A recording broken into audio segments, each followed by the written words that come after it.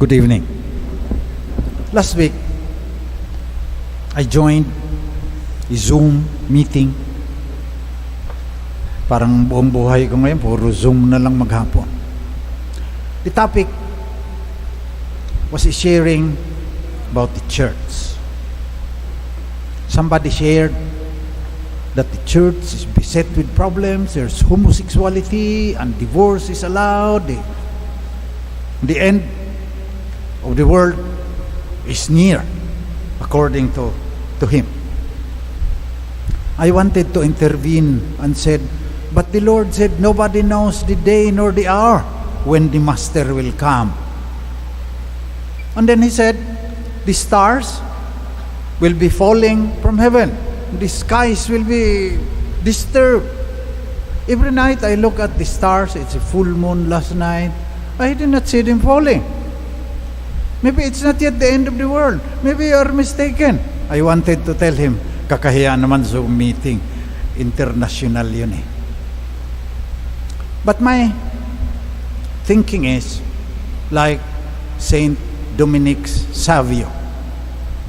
He was seminarian, died at very young age. Once, they were playing cards. No, during the time, wala pang television, walang Netflix, walang Oppo at saka Huawei.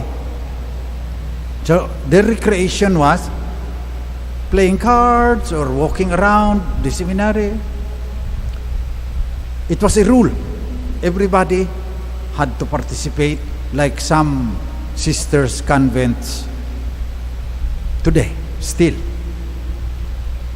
You had to obey. That's the will of God for you, because that's the rule of the day.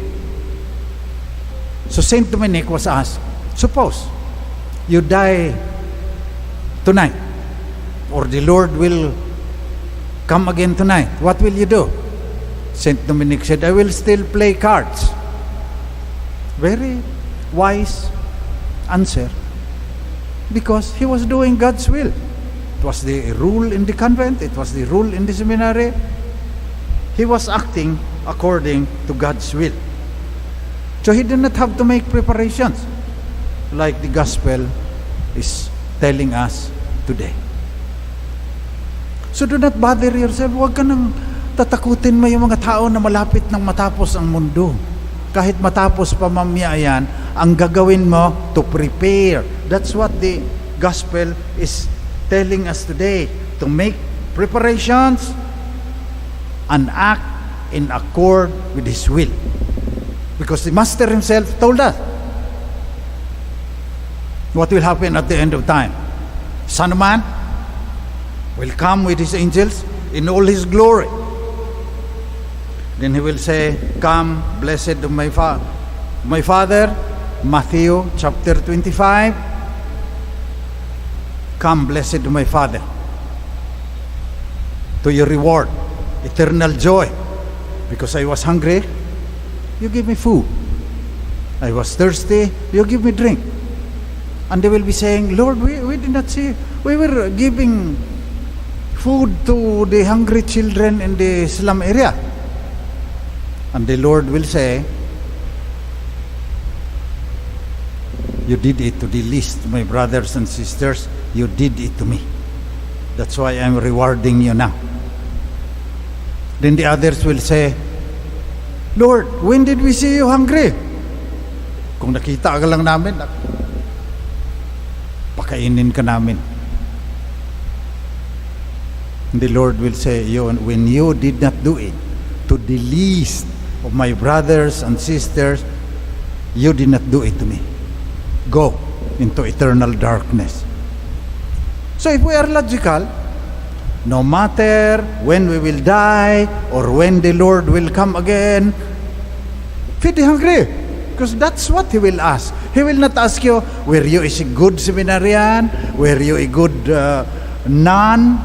Did you obey the rules? That's not what He will ask us. He will ask us, how did you treat the least of your brothers and sisters?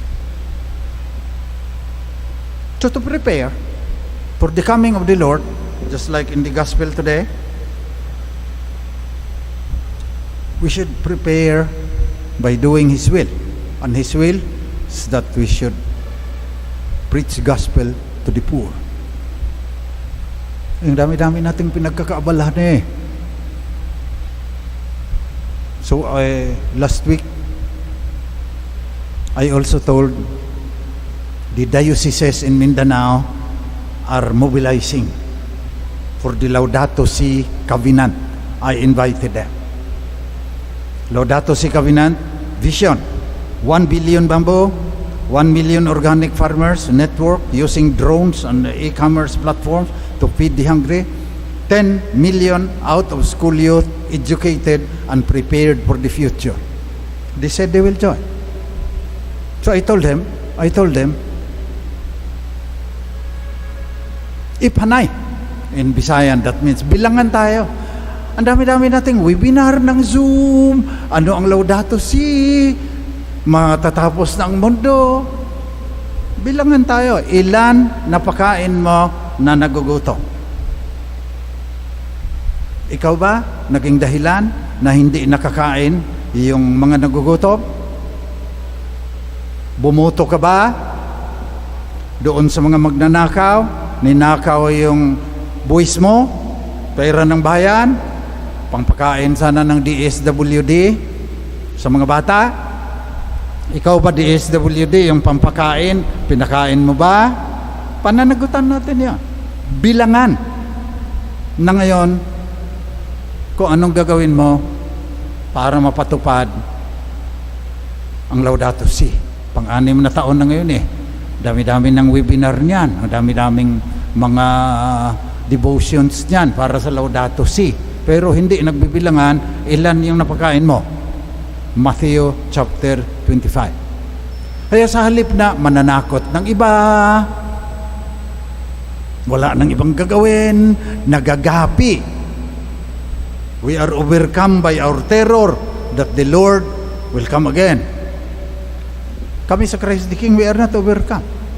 Maski babalik pa mamayang hating gabi ang Panginoon, Father Sherwin, Father Andrew, just came back from Ghana, 1,000 lang daw ang COVID doon, 2 million na yung sa atin. We will still install 24 ba? 26 ministers of the Holy Communion from the seminarians. That's the way we are preparing. They will still study cosmology. That's what I'm telling. Ang dami-daming kukurikan ko na papers ng mga yan. That's the way we will prepare.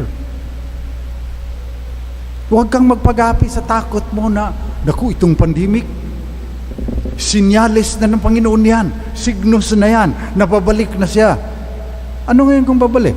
Bibilangan tayo kung ilan pinakain mo. Ganyan dapat ang utos ng Diyos. That is the way we make preparations and act in accord with the Master's will as the gospel declares to us today.